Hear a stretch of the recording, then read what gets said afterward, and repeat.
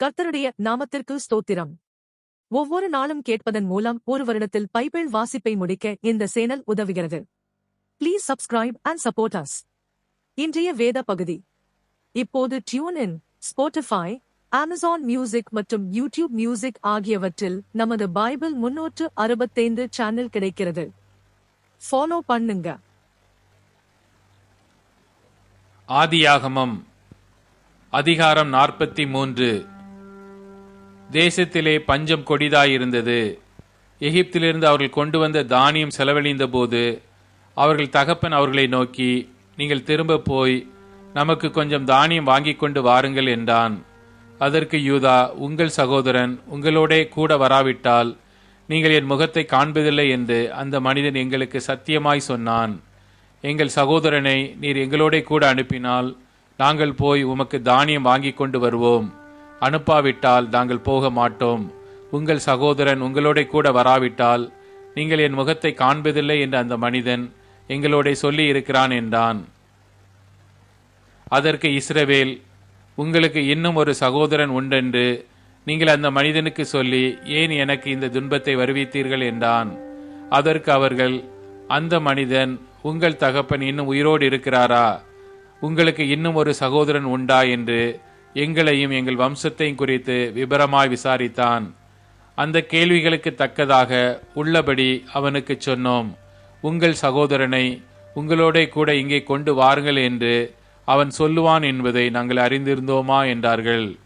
பின்னும் யூதா தன் தகப்பனாகிய இஸ்ரவேலை நோக்கி, நீரும் நாங்களும் எங்கள் குழந்தைகளும் சாகாமல் உயிரோடு இருக்கும்படி நாங்கள் புறப்பட்டு போகிறோம். பிள்ளையாண்டானை என்னோட அனுப்பும். அவனுக்காக நான் உத்தரவாதம் பண்ணுவேன். அவனை என்னிடத்திலே கேளும். நான் அவனை உம்மிடத்தில் கொண்டு வந்து உமக்கு முன்பாக நிறுத்தாமற் போனால் என்னாலும் அந்த குற்றம் என்மேல் இருப்பதாக. நாங்கள் தாமதியாதிருந்தோமானால் இதற்குள்ளே 2ஆம் தரம் போய் திரும்பி வந்திருப்போமே என்றான். அதற்கு அவர்கள் தகப்பனாகிய இஸ்ரவேல், அப்படியானால் ஒன்று செய்யுங்கள். இந்த தேசத்தின் உச்சிதமான வஸ்துக்களில் கொஞ்சம் பிசின் தைலமும் கொஞ்சம் தேனும் கந்த வர்க்கங்களும் வெள்ளைப்போளமும் தரபிந்து கொட்டைகளும் வாதுமை கொட்டைகளும் உங்கள் சாக்குகளில் போட்டு அந்த மனிதனுக்கு காணிக்கையாக கொண்டு போய் கொடுங்கள். பணத்தை இரட்டிப்பாய் உங்கள் கைகளில் கொண்டு போங்கள். சாக்குகளின் வாயிலே திரும்ப கொண்டு வந்த பணத்தையும் கொண்டு போங்கள். அது கைப்பிசகாய் வந்திருக்கும். உங்கள் சகோதரனையும் கூட்டிக் கொண்டு அந்த மனிதனிடத்திற்கு மறுபடியும் போங்கள். அந்த மனிதன் அங்கிருக்கிற உங்கள் மற்ற சகோதரனையும் பென்யமீனையும் உங்களுடனே அனுப்பிவிடும்படிக்கு சர்வ வல்லமையுள்ள தேவன் அவன் சமூகத்தில் உங்களுக்கு இரக்கம் கிடைக்க பண்ணுவாராக. நானோ பிள்ளையற்று போனவனைப் போல் இருப்பேன் என்றான். அப்பொழுது அவர்கள் காணிக்கையையும் தங்கள் கைகளில் இரட்டிப்பான பணத்தையும் எடுத்துக்கொண்டு பென்யமீனை கூட்டிக் கொண்டு பிரயாணப்பட்டு எகிப்துக்கு போய் யோசேப்பின் சமூகத்தில் வந்து நின்றார்கள். பென்யமீன் அவர்களோட கூட வந்திருக்கிறதை யோசேப்பு கண்டு தன் வீட்டு விசாரணைக்காரனை நோக்கி, நீ இந்த மனிதரை வீட்டுக்கு அழைத்து போய் சாப்பாட்டுக்கு வேண்டியவர்களை அடித்து ஆயத்தம் பண்ணு. மத்தியானத்திலே இந்த மனிதர் என்னோட சாப்பிடுவார்கள் என்றான். அவன் தனக்கு யோசேப்பு சொன்னபடியே செய்து அந்த மனிதரை யோசேப்பின் வீட்டுக்கு அழைத்து கொண்டு போனான். தாங்கள் யோசேப்பின் வீட்டுக்கு கொண்டு போகப்படுகிறதை அவர்கள் கண்டு பயந்து, முன்னே நம்முடைய சாக்குகளில் இருந்த பணத்தின் நிமித்தம் நம்மேல் குற்றம் சுமத்தி நம்மை பிடித்து சிறைகளாக்கி நம்முடைய கழுதைகளை எடுத்துக்கொள்ளும்படி நம்மை கொண்டு போகிறார்கள் என்று சொல்லி யோசேப்பின் வீட்டு விசாரணைக்காரன் அண்டையில் சேர்ந்து வீட்டு வாசற்படியிலே அவனோட பேசி, ஆண்டவனே, நாங்கள் தானியம் கொள்ளும்படி முன்னே வந்து போனோமே. நாங்கள் தங்கும் இடத்தில் போய் எங்கள் சாக்குகளை திறந்தபோது நாங்கள் நிறுத்து கொடுத்த நிறையின்படியே அவனவன் பணம் அவனவன் சாக்கின் வாயிலே இருக்க கண்டோம். அதை நாங்கள் திரும்பவும் எங்கள் கையிலே கொண்டு வந்திருக்கிறோம். மேலும் தானியம் கொள்ளும்படி வேறே பணமும் எங்கள் கையில் கொண்டு வந்திருக்கிறோம். நாங்கள் முன் கொடுத்த பணத்தை எங்கள் சாக்குகளில் போட்டது இன்னார் என்று அறியோம் என்றார்கள். அதற்கு அவன், உங்களுக்கு சமாதானம், பயப்பட வேண்டாம். உங்கள் தேவனும் உங்கள் தகப்பனுடைய தேவனுமாய் இருக்கிறவர் உங்கள் சாக்குகளில் அதை உங்களுக்காக புதையலாக கட்டளையிட்டார். நீங்கள் கொடுத்த பணம் என்னிடத்தில் வந்து சேர்ந்தது என்று சொல்லி சிமியோனை வெளியே அழைத்து வந்து அவர்களிடத்தில் விட்டான். மேலும் அந்த மனிதன் அவர்களை யோசேப்பின் வீட்டுக்குள்ளே கூட்டிக் கொண்டு போய் அவர்கள் தங்கள் கால்களை கழுவும்படி தண்ணீர் கொடுத்து அவர்களுடைய கழுதைகளுக்கு தீவனம் போட்டான். தாங்கள் அங்கே போஜனம் செய்ய போகிறதை அவர்கள் கேள்விப்பட்டபடியால் மத்தியானத்தில் யோசேப்பு வருமளவும் காணிக்கையை ஆயத்தமாய் வைத்து காத்து கொண்டிருந்தார்கள். யோசேப்பு வீட்டுக்கு வந்தபோது அவர்கள் தங்கள் கையில் இருந்த காணிக்கையை வீட்டுக்குள் அவனிடத்தில் கொண்டு போய் வைத்து தரைமட்டும் குனிந்து அவனை வணங்கினார்கள். அப்பொழுது அவன் அவர்கள் சுக செய்தி விசாரித்து, நீங்கள் சொன்ன முதிர் வயதான உங்கள் தகப்பன் சுகமாய் இருக்கிறாரா, அவர் இன்னும் உயிரோடு இருக்கிறாரா என்று அவர்களிடத்தில் விசாரித்தான். அதற்கு அவர்கள், எங்கள் தகப்பனாராகிய உமது அடியான் சுகமாயிருக்கிறார், இன்னும் உயிரோடு இருக்கிறார் என்று சொல்லி குனிந்து வணங்கினார்கள். அவன் தன் கண்களை ஏறெடுத்து தன் தாய் பெற்ற குமாரனாகிய தன் சகோதரன் பென்யமீனை கண்டு, நீங்கள் எனக்கு சொன்ன உங்கள் இளைய சகோதரன் இவன்தானா என்று கேட்டு, மகனே, தேவன் உனக்கு கிருபை செய்ய கடவர் என்றான். யோசேப்பின் உள்ளம் தன் சகோதரனுக்காக பொங்கினபடியால் அவன் அழுகிறதற்கு இடம் தேடி துரிதமாய் அறைக்குள்ளே போய் அங்கே அழுதான். பின்பு அவன் தன் முகத்தை கழுவி வெளியே வந்து தன்னை அடக்கி கொண்டு போஜனம் வையுங்கள் என்றான். எகிப்தியர் எபிரேயரோட சாப்பிட மாட்டார்கள். அப்படி செய்வது எகிப்தியருக்கு அருவருப்பாய் இருக்கும். ஆகையால் அவனுக்கு தனிப்படவும் அவர்களுக்கு தனிப்படவும் அவனோட சாப்பிடுகிற எகிப்தியருக்கு தனிப்படவும் வைத்தார்கள். அவனுக்கு முன்பாக மூத்தவன் முதல் இளையவன் வரைக்கும் அவனவன் வயதின்படியே அவர்களை உட்கார வைத்தார்கள். அதற்காக அவர்கள் ஒருவரை ஒருவர் பார்த்து ஆச்சரியப்பட்டார்கள். அவன் தனக்கு முன் வைக்கப்பட்டிருந்த போஜனத்தில் பங்கிட்டு அனுப்பினான். அவர்கள் எல்லாருடைய பங்குகளை பார்க்கிலும் பென்யமீனுடைய பங்கு 5 மடங்கு அதிகமாயிருந்தது. அவர்கள் பானம் பண்ணி அவனுடனே சந்தோஷமாயிருந்தார்கள். ஆதியாகமம் அதிகாரம் 44. பின்பு அவன் தன் வீட்டு விசாரணைக்காரனை நோக்கி, நீ இந்த மனிதருடைய சாக்குகளை அவர்கள் ஏற்றிக்கொண்டு போகத்தக்க பாரமாய் தானியத்தினாலே நிரப்பி அவனவன் பணத்தை அவனவன் சாக்கின் வாயிலே போட்டு, இளையனுடைய சாக்கின் வாயிலே வெள்ளி பாத்திரமாகிய என் பான பாத்திரத்தையும் தானியத்துக்கு அவன் கொடுத்த பணத்தையும் போடு என்று கட்டளையிட்டான். யோசேப்பு சொன்னபடியே அவன் செய்தான்.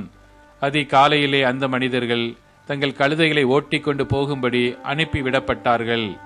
அவர்கள் பட்டணத்தை விட்டு புறப்பட்டு வெகு தூரம் போவதற்கு முன்னே யோசேப்பு தன் வீட்டு விசாரணைக்காரனை நோக்கி, நீ புறப்பட்டு போய் அந்த மனிதரை பின்தொடர்ந்து அவர்களை பிடித்து, நீங்கள் நன்மைக்கு தீமை செய்தது என்ன?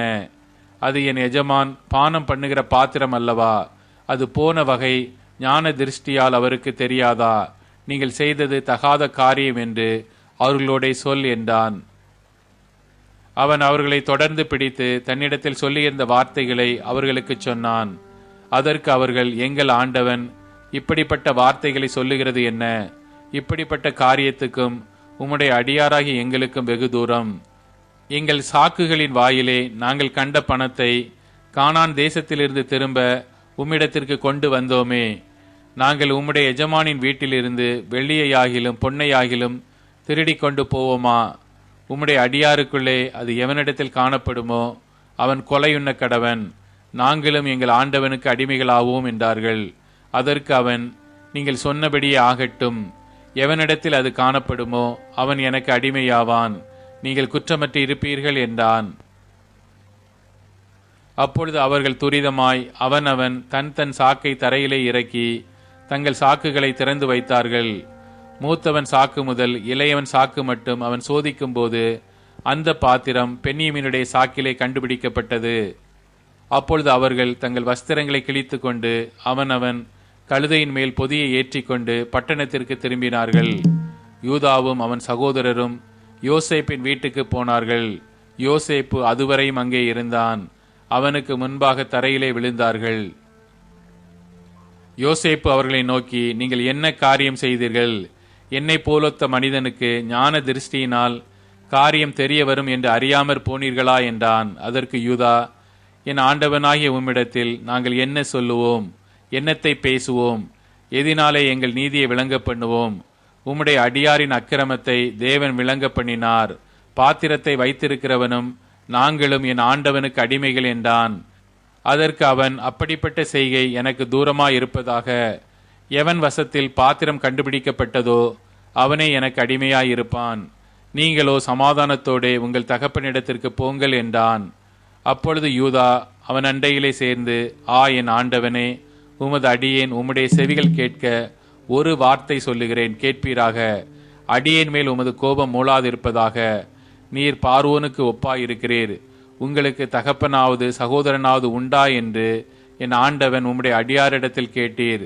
அதற்கு நாங்கள், எங்களுக்கு முதிர் வயதுள்ள தகப்பனாரும் அவருக்கு முதிர் வயதிலே பிறந்த ஒரு இளைஞனும் உண்டு என்றும், அவனுடைய தமையன் இறந்து போனான் என்றும், அவன் ஒருவன் மாத்திரமே அவனை பெற்ற தாயாருக்கு இருப்பதினால் தகப்பனார் அவன் மேல் பட்சமாயிருக்கிறார் என்றும் என் ஆண்டவனுக்கு சொன்னோம்.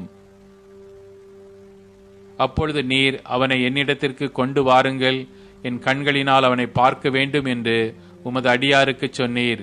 நாங்கள் ஆண்டவனை நோக்கி, அந்த இளைஞன் என் தகப்பனை விட்டு பிரியக்கூடாது, பிரிந்தால் அவர் இறந்து போவார் என்று சொன்னோம். அதற்கு நீர், உங்கள் இளைய சகோதரனை கொண்டு வராவிட்டால் நீங்கள் இனி என் முகத்தை காண்பதில்லை என்று உமது அடியாருக்கு சொன்னீர். நாங்கள் உமது அடியானாகிய என் தகப்பனாரிடத்திற்கு போனபோது என் ஆண்டவனுடைய வார்த்தைகளை அவருக்கு அறிவித்தோம். எங்கள் தகப்பனார் எங்களை நோக்கி, நீங்கள் திரும்ப போய் நமக்கு கொஞ்சம் தானியம் கொள்ளுங்கள் என்று சொன்னார். அதற்கு நாங்கள் போகக்கூடாது, எங்கள் இளைய சகோதரன் எங்களோட வந்தால் போவோம், எங்கள் இளைய சகோதரன் எங்களோட வராவிட்டால் நாங்கள் அந்த புருஷனுடைய முகத்தை காணக்கூடாது என்றோம். அப்பொழுது உம்முடைய அடியானாகிய என் தகப்பனார், என் மனைவி எனக்கு 2 பிள்ளைகளை பெற்றாள், அவர்களில் ஒருவன் என்னிடத்திலிருந்து போய்விட்டான், அவன் பீருண்டு போயிருப்பான் என்றிருந்தேன். இதுவரைக்கும் அவனை காணாதிருக்கிறேன். இதெல்லாம் நீங்கள் அறிந்திருக்கிறீர்கள். நீங்கள் இவனையும் என்னை விட்டு பிரித்து அழைத்து போகுமிடத்தில் இவனுக்கு மோசம் நேரிட்டால் என் அரைமயிரை வியாகுலத்தோடே பாதாளத்தில் இறங்க பண்ணுவீர்கள் என்றார். ஆகையால் இளையவனை விட்டு நான் என் தகப்பனாகிய உமது அடியானிடத்திற்கு போனால் அவருடைய ஜீவன் இவனுடைய ஜீவனோடே ஒன்றாய் இணைக்கப்பட்டிருக்கிறபடியினால் அவர் இளையவன் வரவில்லை என்று அறிந்த மாத்திரத்தில் இறந்து போவார். இப்படி உமது அடியாராகிய நாங்கள் உமது அடியானாகிய எங்கள் தகப்பனுடைய நரை மயிரை வியாகுலத்துடனே பாதாளத்தில் இறங்க பண்ணுவோம். இந்த இளையவனுக்காக உமது அடியானாகிய நான் என் தகப்பனுக்கு உத்தரவாதி. அன்றியும் நான் இவனை உம்மிடத்துக்கு கொண்டு வராவிட்டால் நான் எந்நாளும் உமக்கு முன்பாக குற்றவாளியாய் இருப்பேன் என்று அவருக்கு சொல்லி இருக்கிறேன். இப்படி இருக்க இளையவன் தன் சகோதரரோட கூட போக விடும்படி மன்றாடுகிறேன். உம்முடைய அடியானாகிய நான் இளையவனுக்கு பதிலாக இங்கே என் ஆண்டவனுக்கு அடிமையாய் இருக்கிறேன். இளையவனை விட்டு எப்படி என் தகப்பனிடத்திற்கு போவேன்? போனால் என் தகப்பனுக்கு நேரிடும் தீங்கை நான் எப்படி காண்பேன் என்றான். மார்க்கு அதிகாரம் 14. 2 நாளைக்கு பின்பு புளிப்பில்லாத அப்பம் சாப்பிடுகிற பஸ்கா பண்டிகை வந்தது. அப்பொழுது பிரதான ஆசாரியரும் வேத பாரகரும் அவரை தந்திரமாய் பிடித்து கொலை செய்யும்படி வகை தேடினார்கள். ஆகிலும் ஜனங்களுக்குள்ளே கலகம் உண்டாகாதபடிக்கு பண்டிகையிலே அப்படி செய்யலாகாது என்றார்கள். அவர் பெத்தானியாவில் குஷ்டரோகியாயிருந்த சீமோன் வீட்டிலே போஜன பந்தி இருக்கையில் ஒரு ஸ்திரீ விலையேறப்பட்ட நலதம் என்னும் உத்தம தைலமுள்ள வெள்ளைக்கல் பரணியை கொண்டு வந்து அதை உடைத்து அந்த தைலத்தை அவர் சிரசின் மேல் ஊற்றினாள். அப்பொழுது சிலர் தங்களுக்குள்ளே விசனமடைந்து, இந்த தைலத்தை இப்படி வீணாய் செலவழிப்பானேன், இதை 300 பணத்திற்கு அதிகமான கிரயத்துக்கு விற்று தரித்திரருக்கு கொடுக்கலாமே என்று சொல்லி அவளை குறித்து முறுமுறுத்தார்கள்.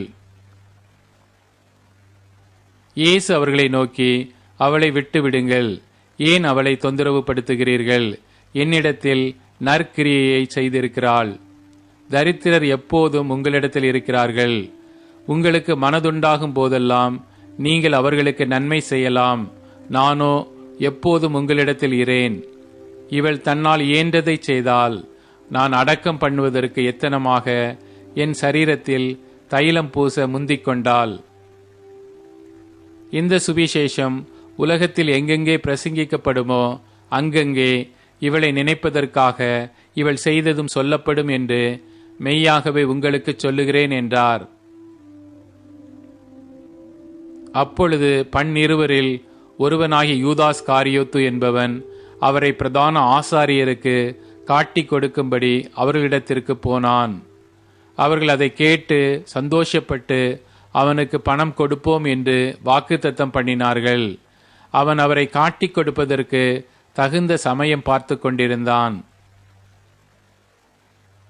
பஸ்காவை பலியிடும் நாளாகிய புளிப்பில்லாத அப்பம் சாப்பிடுகிற முதலாம் நாளிலே அவருடைய சீஷர்கள் அவரிடத்தில் வந்து, நீர் பஸ்காவை புசிப்பதற்கு நாங்கள் எங்கே போய் ஆயத்தம் பண்ண சித்தமாயிருக்கிறீர் என்று கேட்டார்கள். அவர் தம்முடைய சீஷரில் 2 பேரை நோக்கி, நீங்கள் நகரத்திற்குள்ளே போங்கள்.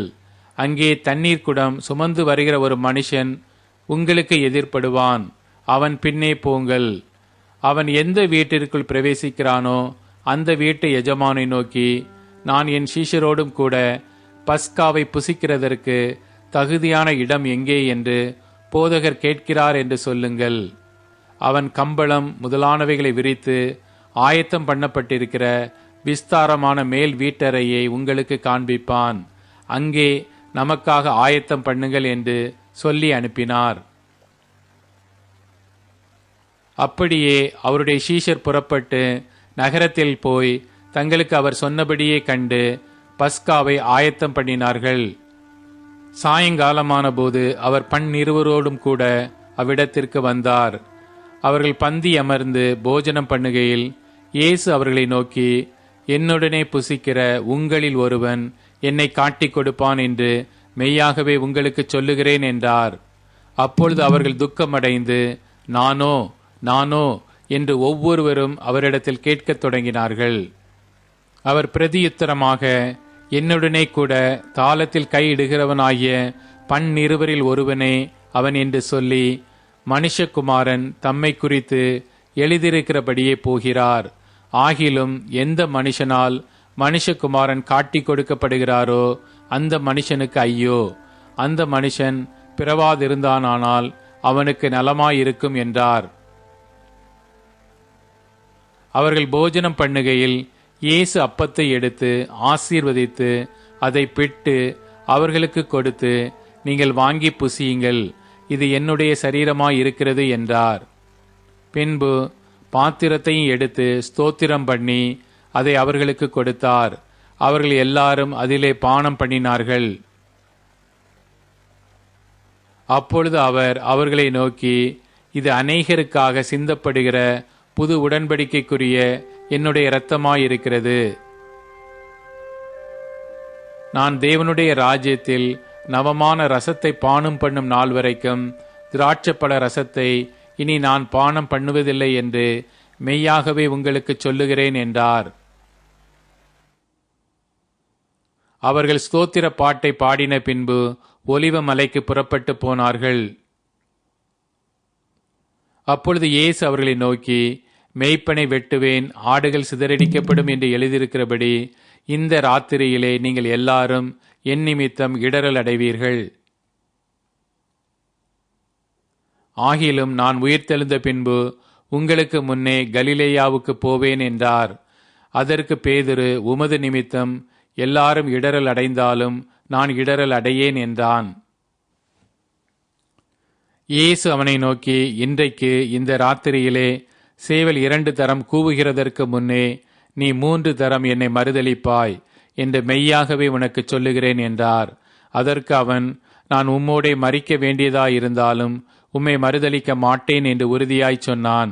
எல்லாரும் அப்படியே சொன்னார்கள்.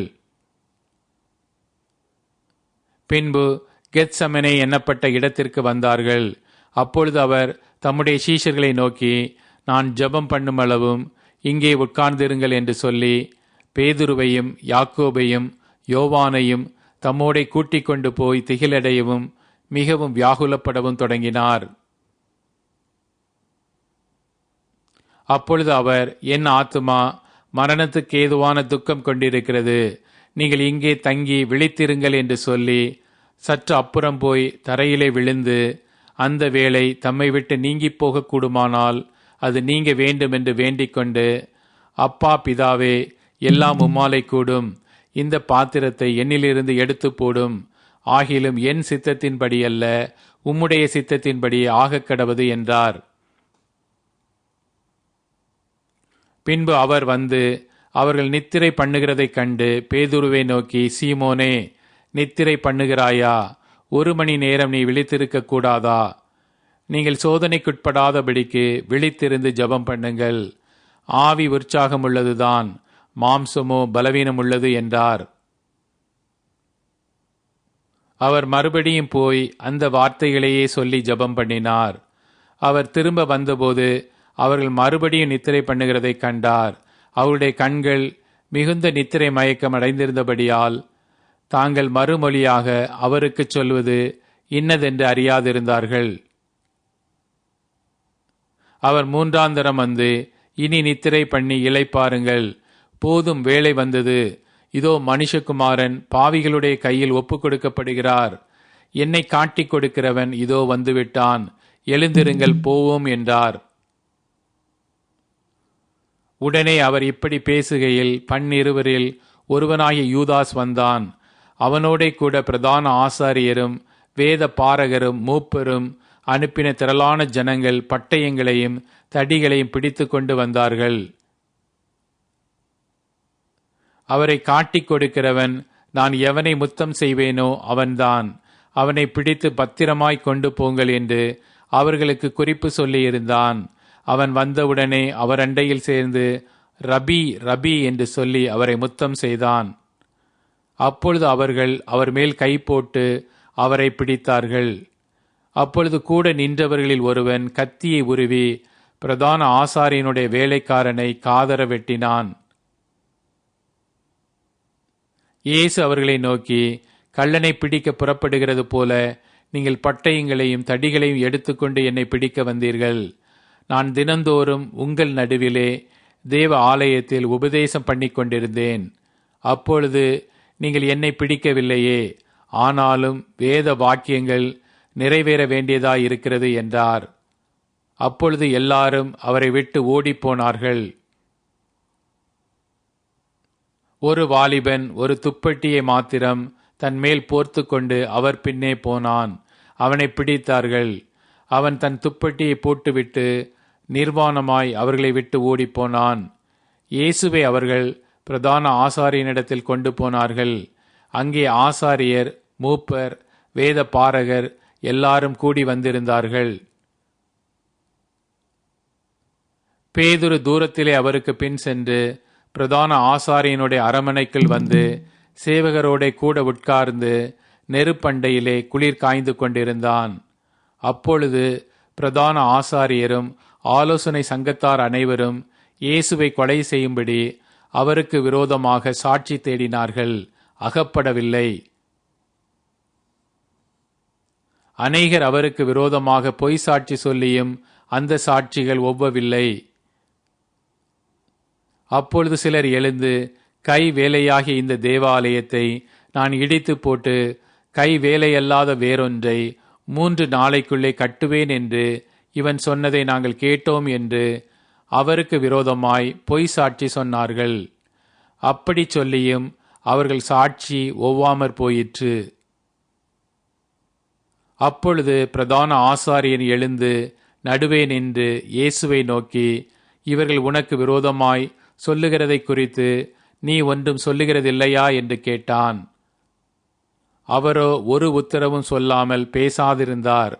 மறுபடியும் பிரதான ஆசாரியன் அவரை நோக்கி, நீ ஸ்தோத்தரிக்கப்பட்ட தேவனுடைய குமாரனாகிய கிறிஸ்துதானா என்று கேட்டான். அதற்கு இயேசு, நான் அவர்தான். மனுஷகுமாரன் சர்வ வல்லவரின் வலது பாரிசத்தில் வீற்றிருப்பதையும் வானத்தின் மேகங்கள் மேல் வருவதையும் நீங்கள் காண்பீர்கள் என்றார். பிரதான ஆசாரியன் இதை கேட்டவுடனே தன் வஸ்திரங்களை கிழித்து கொண்டு, இனி சாட்சிகள் நமக்கு வேண்டியதென்ன? தேவ தூஷணத்தை கேட்டீர்களே, உங்களுக்கு என்னமாய் தோன்றுகிறது என்றான். அதற்கு அவர்கள் எல்லாரும், இவன் மரணத்திற்கு பாத்திரனாய் இருக்கிறான் என்று தீர்மானம் பண்ணினார்கள். அப்பொழுது சிலர் அவர் மேல் துப்பவும் அவருடைய முகத்தை மூடவும் அவரை குட்டவும் ஞான திருஷ்டியினாலே பார்த்து சொல் என்று சொல்லவும் தொடங்கினார்கள். வேலைக்காரரும் அவரை கன்னத்திலே அறைந்தார்கள். அத்தருணத்திலே பேதுரு கீழே அரமனை முற்றத்தில் இருக்கையில் பிரதான ஆசாரியனுடைய வேலைக்காரிகளில் ஒருத்தி வந்து குளிர் காய்ந்து கொண்டிருக்கிற பேதுருவை கண்டு அவனை உற்று பார்த்து, நீயும் நசரேனாகிய இயேசுவோடே இருந்தாய் என்றாள். அதற்கு அவன், நான் அறியேன், நீ சொல்லுகிறது எனக்கு தெரியாது என்று மறுதலித்து வெளியே வாசல் மண்டபத்துக்கு போனான். அப்பொழுது சேவல் கூவிற்று. வேலைக்காரி அவனை மறுபடியும் கண்டு, இவன் அவர்களில் ஒருவன் என்று அருகே நின்றவர்களுக்கு சொன்னாள். அவன் மறுபடியும் மறுதலித்தான். சற்று நேரத்திற்கு பின்பு மறுபடியும் அருகே நின்றவர்கள் பேதுருவை பார்த்து, மெய்யாகவே நீ அவர்களில் ஒருவன், நீ கலிலேயன், உன் பேச்சு அதற்கு ஒத்திருக்கிறது என்றார்கள். அதற்கு அவன், நீங்கள் சொல்லுகிற மனுஷனை அறியேன் என்று சொல்லி சபிக்கவும் சத்தியம் பண்ணவும் தொடங்கினான். உடனே சேவல் 2ஆம் தரம் கூவிற்று. சேவல் 2 தரம் கூவுகிறதற்கு முன்னே, நீ என்னை 3 தரம் மறுதலிப்பாய் என்று இயேசு தனக்கு சொன்ன வார்த்தையை பேதுரு நினைவு கூர்ந்து மிகவும் அழுதான். சங்கீதம் அதிகாரம் 22. என் தேவனே, என் தேவனே, ஏன் என்னை கைவிட்டீர்? எனக்கு உதவி செய்யாமலும் நான் கதறி சொல்லும் வார்த்தைகளை கேளாமலும் ஏன் தூரமாயிருக்கிறீர்? என் தேவனே, நான் பகலிலே கூப்பிடுகிறேன், உத்தரவு கொடீர். இரவிலே கூப்பிடுகிறேன், எனக்கு அமைதல் இல்லை. இஸ்ரவேலின் துதிகளுக்குள் வாசமாயிருக்கிற தேவரீரே பரிசுத்தர். எங்கள் பிதாக்கள் உம்மிடத்தில் நம்பிக்கை வைத்தார்கள். நம்பின அவர்களை நீர் விடுவித்தீர். உம்மை நோக்கி கூப்பிட்டு தப்பினார்கள். உம்மை நம்பி வெட்கப்பட்டு போகாதிருந்தார்கள். நானோ ஒரு புழு, மனுஷன் அல்ல. மனுஷரால் நிந்திக்கப்பட்டும் ஜனங்களால் அவமதிக்கப்பட்டும் இருக்கிறேன். என்னை பார்க்கிறவர்கள் எல்லாரும் என்னை பரியாசம் பண்ணி உதட்டை பிதுக்கி தலையை துலுக்கி, கர்த்தர் மேல் நம்பிக்கையாயிருந்தானே, அவர் இவனை விடுவிக்கட்டும், இவன் மேல் பிரியமாயிருக்கிறாரே, இப்பொழுது இவனை மீட்டு விடட்டும் என்கிறார்கள். நீரே என்னை கற்பத்திலிருந்து எடுத்தவர். என் தாயின் முளைப்பாலை நான் உன் கையில், என்னை உம்முடைய பேரில் நம்பிக்கையாயிருக்க பண்ணினீர். கற்பத்திலிருந்து வெளிப்பட்ட போதே உமது சார்பில் விழுந்தேன். நான் என் தாயின் வயிற்றில் இருந்தது முதல் நீர் என் தேவனாயிருக்கிறீர். என்னை விட்டு தூரமாகாதேயும். ஆபத்து கிட்டி இருக்கிறது, சகாயரும் இல்லை. அநேகம் காளைகள் என்னை சூழ்ந்திருக்கிறது. பாசான் தேசத்து பலத்த எருதுகள் என்னை வளைந்து கொண்டது. பீறி கெர்ச்சிக்கிற சிங்கத்தை போல் என் மேல் தங்கள் வாயை திறக்கிறார்கள். தண்ணீரைப் போல ஊற்றுண்டேன். என் எலும்புகள் எல்லாம் கட்டுவிட்டது. என் இருதயம் மெழுகு போலாகி என் குடல்களின் நடுவே உருகிற்று. என் பலன் ஓட்டை போல் காய்ந்தது. என் நாவு மேல் வாயோடை ஒட்டி கொண்டது. என்னை மரணத்தூளிலே போடுகிறீர். நாய்கள் என்னை சூழ்ந்திருக்கிறது. பொல்லாதவர்களின் கூட்டம் என்னை வளைந்து கொண்டது. என் கைகளையும் என் கால்களையும் உருவ குத்தினார்கள். என் எலும்புகளையெல்லாம் நான் எண்ணலாம். அவர்கள் என்னை நோக்கி பார்த்து கொண்டிருக்கிறார்கள். என் வஸ்திரங்களை தங்களுக்குள்ளே பங்கிட்டு என் உடையின் பேரில் சீட்டு போடுகிறார்கள். ஆனாலும் கர்த்தாவே, நீர் எனக்கு தூரமாகாதேயும். என் பலனே, எனக்கு சகாயம் பண்ண தீவிரித்துக் கொள்ளும். என் ஆத்துமாவை பட்டயத்திற்கும் எனக்கு அருமையானதை நாய்களின் துஷ்டத்தனத்திற்கும் தப்புவியும். என்னை சிங்கத்தின் வாயிலிருந்து ரட்சியும். நான் காண்டா மிருகத்தின் கொம்புகளில் இருக்கும்போது எனக்கு செவி கொடுத்தருளினீர். உம்முடைய நாமத்தை என் சகோதரருக்கு அறிவித்து சபை நடுவில் உம்மை துதிப்பேன். கர்த்தருக்கு பயப்படுகிறவர்களே, அவரை துதியுங்கள். யாக்கோபின் சந்ததியாரே, நீங்கள் எல்லாரும் அவரை கனம் பண்ணுங்கள். இஸ்ரவேலின் வம்சத்தாரே, நீங்கள் எல்லாரும் அவர் பேரில் பயபக்தியாயிருங்கள். உபத்திரவப்பட்டவனுடைய உபத்திரவத்தை அவர் அற்பமாய் எண்ணாமலும் அருவருக்காமலும் தம்முடைய முகத்தை அவனுக்கு மறைக்காமலும் இருந்து தம்மை நோக்கி அவன் கூப்பிடுகையில் அவனை கேட்டருளினார். மகா சபையிலே நான் உம்மை துதிப்பேன். அவருக்கு பயப்படுகிறவர்களுக்கு முன்பாக என் பொருத்தனைகளை செலுத்துவேன். சாந்த குணமுள்ளவர்கள் புசித்து திருப்தி அடைவார்கள். கர்த்தரை தேடுகிறவர்கள் அவரை துதிப்பார்கள். உங்கள் இருதயம் என்றென்றைக்கும் வாழும். பூமியின் எல்லைகள் எல்லாம் நினைவு கூர்ந்து கர்த்தரிடத்தில் திரும்பும். ஜாதிகளுடைய சந்ததிகளெல்லாம் உமது சமூகத்தில் தொழுது கொள்ளும். ராஜ்யம் கர்த்தருடையது, அவர் ஜாதிகளை ஆளுகிறவர். பூமியின் செல்வவான்கள் யாவரும் புசித்து பணிந்து கொள்வார்கள். புழுதியில் இறங்குகிறவர்கள் யாவரும் அவருக்கு முன்பாக வணங்குவார்கள். ஒருவனும் தன் ஆத்துமா அழியாதபடி அதை காக்கக்கூடாதே. ஒரு சந்ததி அவரை சேவிக்கும். தலைமுறை தலைமுறையாக அது ஆண்டவருடைய சந்ததி எனப்படும். அவர்கள் வந்து அவரே இவைகளைச் செய்தார் என்று பிறக்கப் போகிறவர்களுக்கு அவருடைய நீதியை அறிவிப்பார்கள். இப்போது tune in, Spotify, Amazon music மற்றும் யூடியூப் மியூசிக் ஆகியவற்றில் நமது பைபிள் 365 சேனல் கிடைக்கிறது. ஃபாலோ பண்ணுங்க.